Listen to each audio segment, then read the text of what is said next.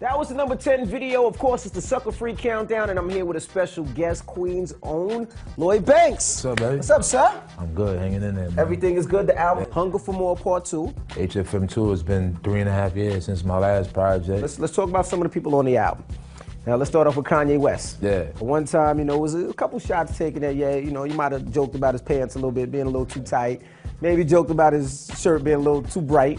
But now y'all work together, and he said that basically you're one of his favorite MCs. Yeah. Now, how did that feel, and how was working with Ye?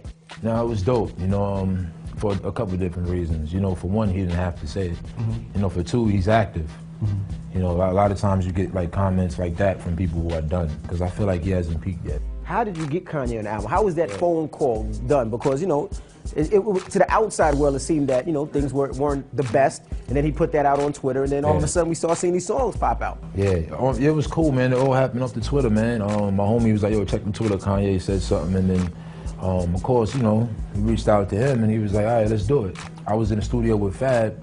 We laid our verses to the record, and I walked it over to Kanye's studio because he's working in Manhattan at the same time. And I went in there, and Kid Cudi was in there, Ryan Leslie was in there, John Legend was in there. So we did 2 records. We did Christian Dior Denim Flow, and for his Good Friday series, and then we did the Started Up joint. I didn't even know Swiss or Ryan was on it. Right.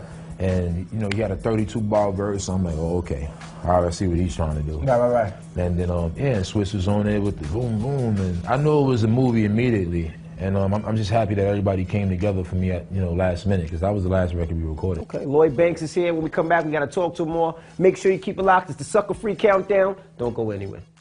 That was the number 8 video. It's the Sucker Free Countdown. I'm your host, DJ Envy. Lloyd Banks is here. His album's in stores tomorrow. Now, tell us the difference between doing the album on EMI now, which is more of an independent situation, opposed to Interscope, where you had the lights, the glam. I think the biggest difference is that, for one, there's not too many, people in the air.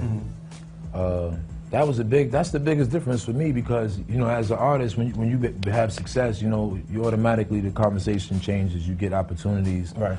They treat you different, and you talk to different people, and sometimes it gets you out your element.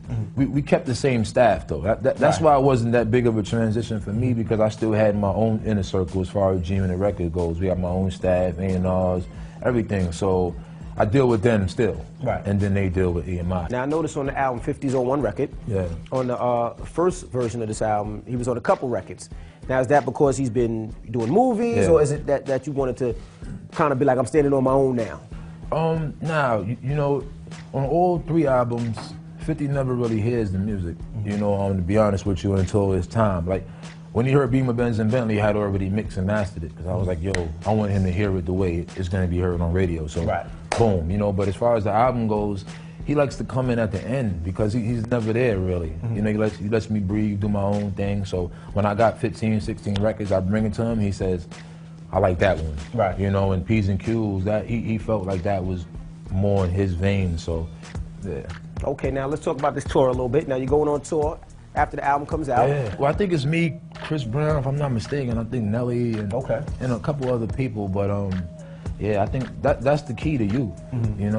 I've done 6 colleges so far, about 7 actually, on the promo run, and you got to stay to the youth, man. Right. It's one thing.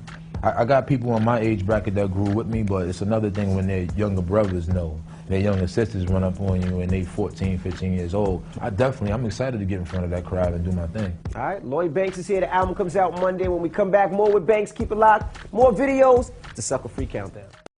That was the number 7 video. It's the People's Choice, DJ Envy. It's the Sucker Free Countdown. Lloyd Banks is here. His album's in stores tomorrow. Now, Eminem, the collab with Eminem. Now, you did 2 records with Eminem. It was about 3 records. Actually, hope another one doesn't leak out. But, yeah, I was just with him, too, and we were just discussing that, man, because I've had some things leak out with me, too. Any girl leaked out. Right. As well as I Don't Deserve You. With me singing both the choruses, so that was one of the reasons why I ended up releasing that so fast after Beamer Benz, is because I didn't want to lose the records. Yeah, them hackers, man. It's really no way around that. Right. And then they'll hit me on the Twitter like, yo, why does it sound like that? It's because you wasn't supposed to hear it. Right. Now, on the tour, the Jay-Z Eminem tour, Eminem played kind of a prank on you, where they said that you said Eminem was whack, and you didn't want to work with him. And now how was that prank? Because they put you on the press, it looked like you was sweating a little bit, I was tight. You know why I didn't really see the humor in it, because I mean, I had, just the industry, man, I've been through similar situations, you know what I mean? Miscommunications and things like that. Plus, it was crunch time. Right, and you wanted that Eminem verse. It was crunch time, and I'm like, I'm waiting for my time to holler at him, because I'm like, yo, I need you on this record, you know what I'm saying? And I just wasn't digging that, man. They stalled me out, brought the plaque out, and I'm like, well, damn, if I get a plaque, prank me. Right. If a plaque come with the prank? Right. Now, congratulations on the plaque. Thank you, appreciate it. Now, you got that plaque when you was not signed to anybody. So all that money's in your pocket. For sure. It's still growing. We passed 600,000 copies now, independent, and hopefully, the album push and make it do more. The same day I released Beamer Benz, it was available for iTunes. Right. And the sales went up through the roof immediately. So it was a beautiful thing, man. And my split is nothing like what it would have been if I was on It's phenomenal. It's crazy. I haven't touched it.